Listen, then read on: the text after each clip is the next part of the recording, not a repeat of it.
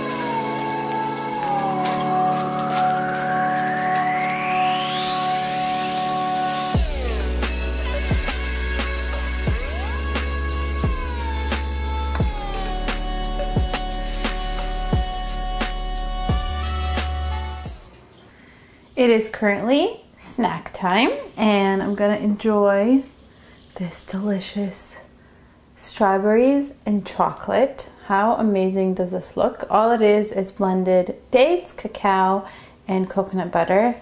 It's kind of like my guilty pleasure. Basically, when I'm like really craving chocolate, this is what I make. But I wanted to chat with you about meal planning, so I will get to enjoy this after our chat. So I want to talk about why it's important to meal plan, and it's kind of like for two reasons, which are kind of two myths that people often have. So the first thing is, a lot of people think that if you are vegan or plant-based, it means that you have to be crazy about meal planning and you have to spend all this time meal planning, and that if you don't do that, you're going to fail on a vegan diet, you're going to get really sick, you're going to get really deficient, blah, blah, blah. That's one thing. And the other kind of like approach to vegan eating is, okay, I'm gonna go vegan and I'm gonna eat everything that's vegan, which can be like Oreos, it can be sweet potato, you know? So I'm gonna eat everything, and as long as it's vegan, and I'm just not even going to consider nutrition. So both of these are wrong and problematic, and I come to vegan nutrition or vegan eating from two approaches personally. The first one, or kind of like my motivation when I first started, was health.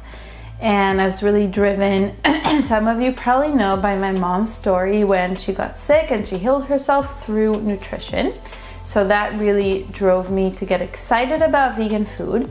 And there's also the animal aspect, you know, animal rights, animal suffering, wanting to prevent that and kind of not contribute to that. So I am vegan for all the reasons, the environmental reasons, but you know, mainly the health and the animals. And I think group number one is usually the health people that believes that myth, and group number two, which is like, I'm vegan, I'll eat everything that's vegan, is usually animal rights. So I want to merge them together.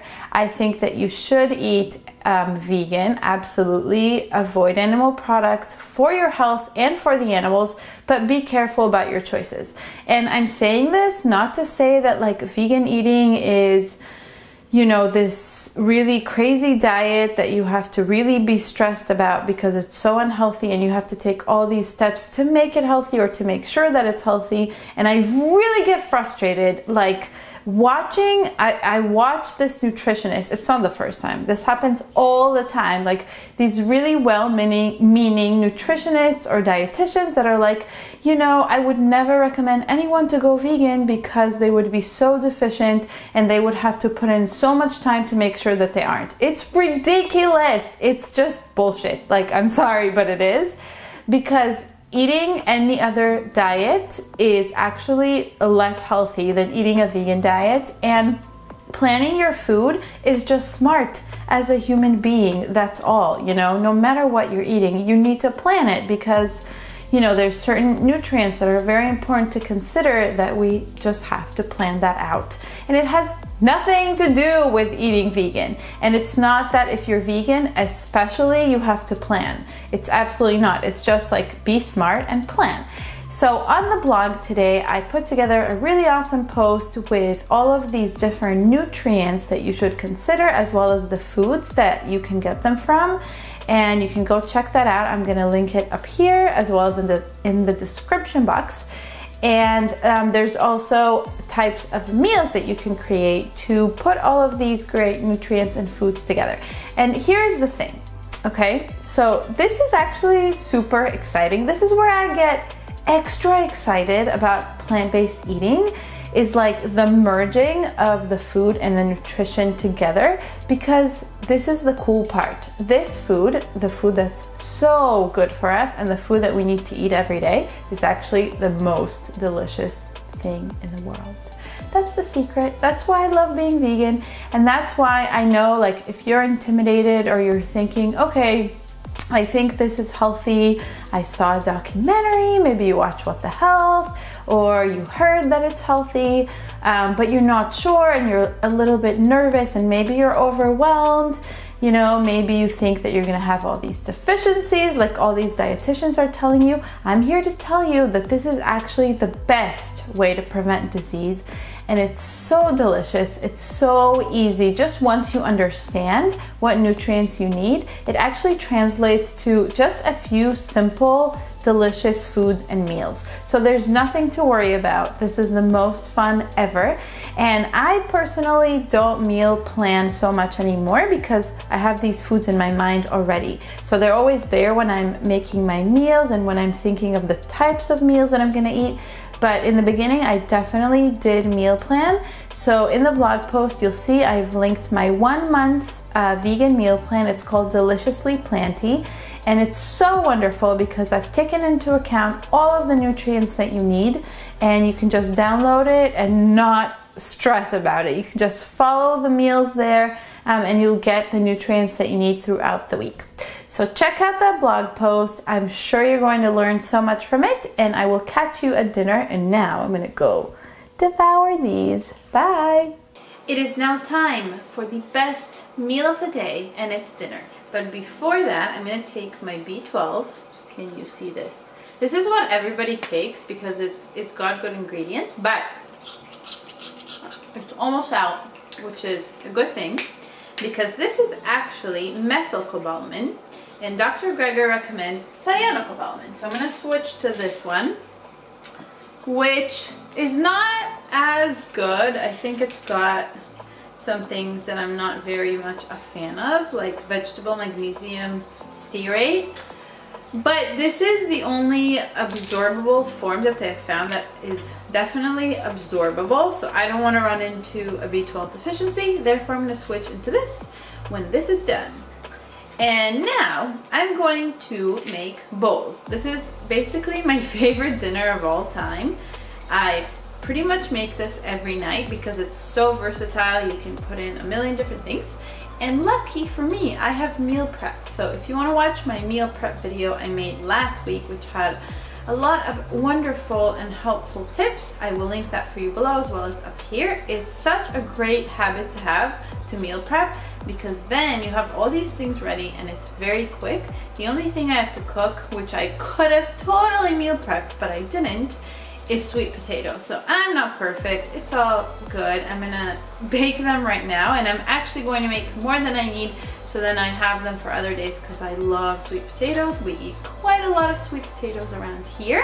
And I also wanted to mention that of course I drank my water. I had about almost 3 liters of water is what I usually have because I go to the gym and I sweat, you know, so I need a lot of water. And now let's go make some delicious Buddha bowls.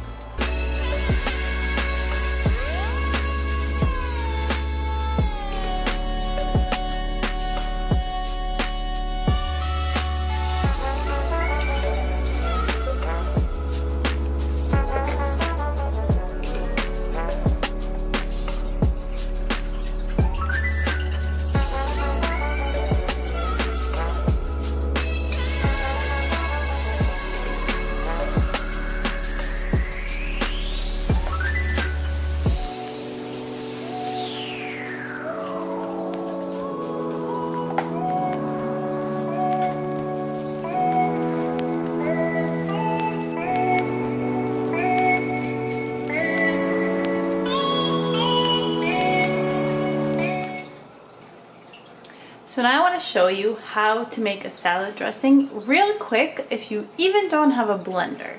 So I'm going to show you this using this incredible cashew butter by Dustoni. It's a raw cashew butter, and I'm just going to whisk everything up in a little bowl.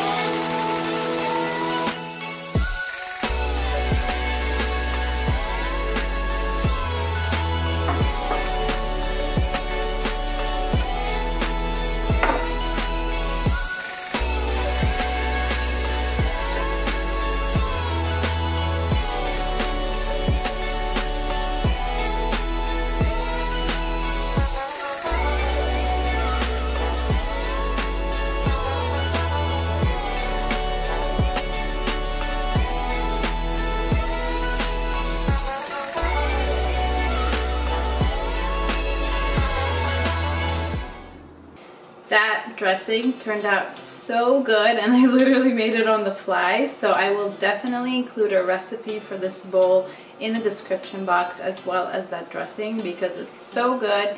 And as you can see, you just kind of learn to adjust the flavor, the texture, the quantities, and you make the dressing be as runny or as thick as you want. And with this bowl, we have covered so many categories. So as I mentioned, I'm going to link my blog post where I explain all the different nutrients you want to include. So I don't even really have to look at it anymore. I just remember. So let's go over what we covered in here. It's quite a lot of things. So we have a really good mix of raw and cooked. We have the dulse, which is really nice iodine. We have the fats in the cashew butter, and also in the feta. We also have selenium in the feta, so make sure to download that feta recipe. It's super good. Or I call it sneaky cauliflower parmesan. Either way works out. We also have some raw greens and veggies, tomatoes and cucumber and onion. And then we have our beans, our chickpeas, and our whole grains, our farro, and then our orange vegetables, still in the oven, but almost there. So this is a complete incredible meal. We may have leftovers, but it is going to be really delicious, I am sure.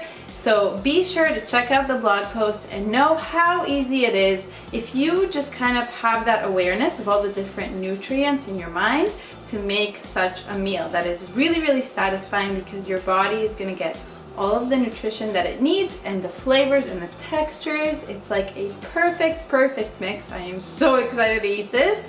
And oh, I also forgot to mention we even have cruciferous vegetables, because the Parmesan or the Feta, whatever you want to call it, has cauliflower, and then I put the homemade mustard seeds inside of the cashew sauce. Oh, that sauce is so good. I will definitely write it down for you because you need to make it. It is so good. Like, I am impressed with myself. All right, and that is all I have for you today, and thank you so much for watching. If you like this video, please let me know in the comments. I would really appreciate hearing what kind of videos you want to see. If you have any questions about meal planning or meal prep, let me know in the comments. Give this video a thumbs up and subscribe to my channel, and I will see you really soon. Bye!